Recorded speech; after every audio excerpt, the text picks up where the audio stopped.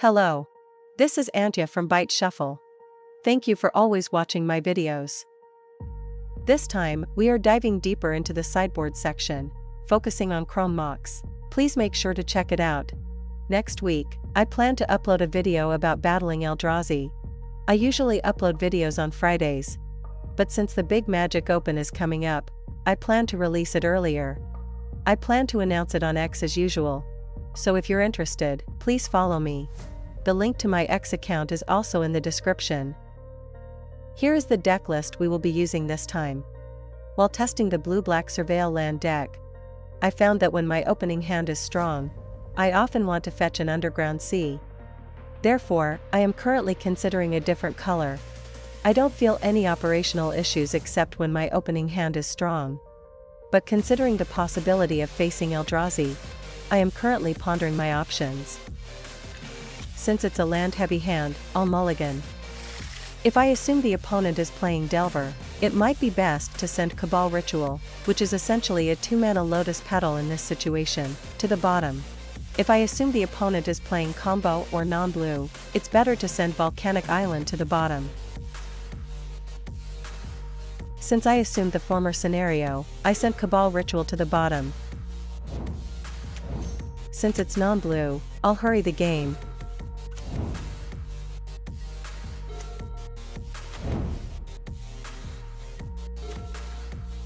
I'll neutralize Vexing Bauble.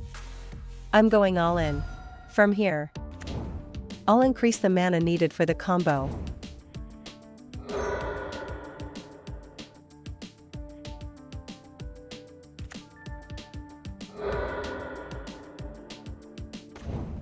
As for the timing to stop ad nauseam, in the case of Infernal Tutor, if the storm count is high enough, you can win if you reach 6 mana.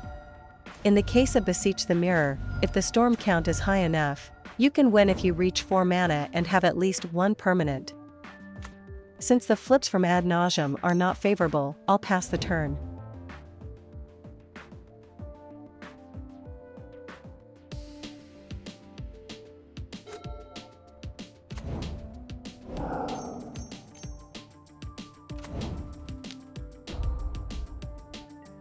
I have a feeling my graveyard might be locked down, so I'll look for ritual-based mana acceleration. I couldn't find it, so I'll shuffle. I discarded Duress during the cleanup step.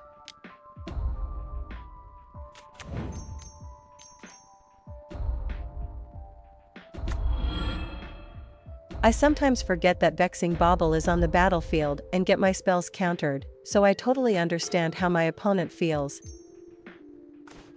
I stacked Past in Flames first, followed by Veil of Summer. Earlier, assuming my graveyard was locked down, I built up my storm count without relying on the graveyard. Since the storm count is high enough, I'll cast Tendrils of Agony.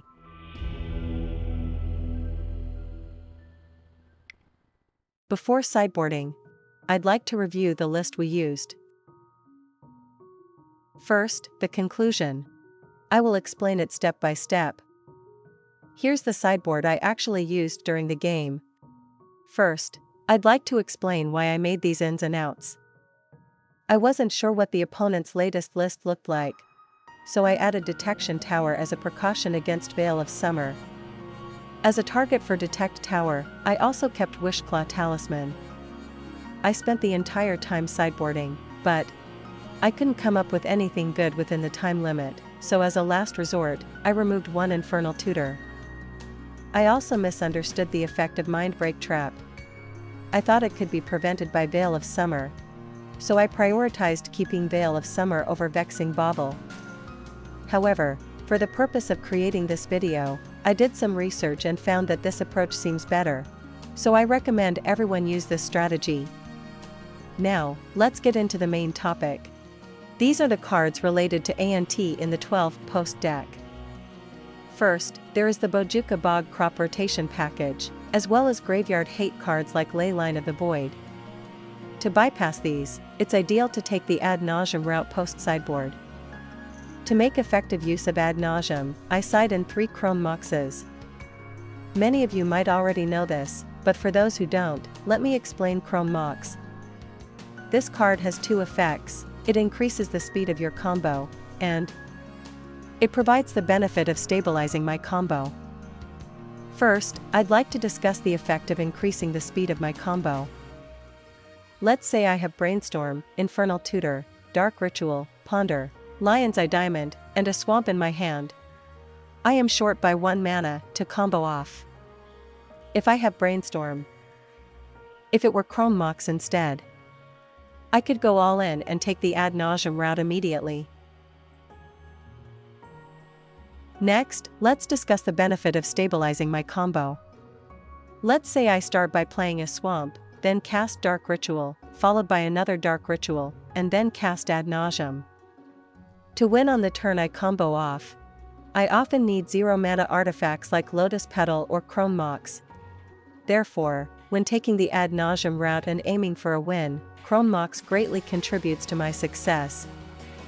Next, let's talk about permanents like Leyline of the Void, Disruptor Flute, Vexing Bauble, and Karn, the Great Creator. I counter these with Abrupt Decay or Echoing Truth. Next is Mindbreak Trap. In the case of hand disruption, Mindbreak Trap or Crop Rotation, if they are in hand, can respond to threats like Karn, the Great Creator. Next is Vexing Bauble. It can only respond to the opponent's Mindbreak Trap. Next is Veil of Summer. This can only respond to Vexing Bauble. Since Vexing Bauble can be countered by Abrupt Decay or Echoing Truth, the value of Veil of Summer decreases. Therefore, we will take out Veil of Summer. Next is Vexing Bauble. Since it is primarily positioned to counter Mindbreak Trap, we will prioritize sideboard cards and reduce its number. Next is Cabal Ritual. Since it can be hindered by the opponent's Leyline of the Void or Bojuka Bog, making it less effective, we will reduce its number. Next is Wishclaw Talisman. Among the tutors, it is the weakest card. Since we are keeping more hand disruption, Beseech the Mirror will likely function well in many cases. While it is possible to avoid counters by activating it immediately without passing priority, it can still become a target for cards like Force of Vigor.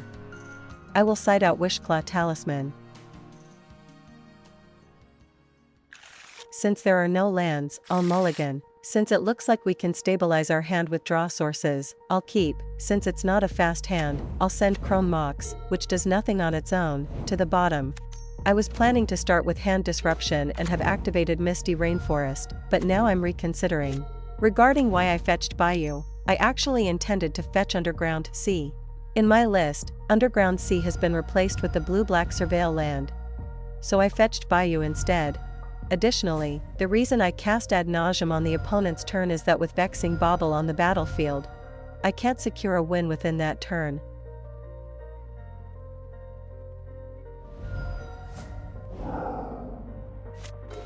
I will neutralize Vexing Bauble.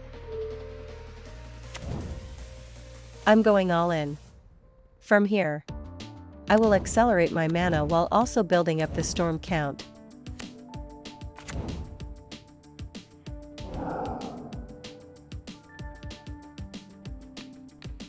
I'll double check ahead just in case.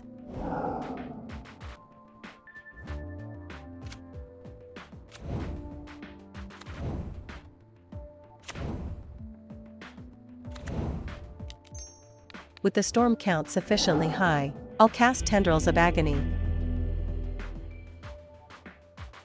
Thank you for watching up to this point. I apologize for the frequent play mistakes.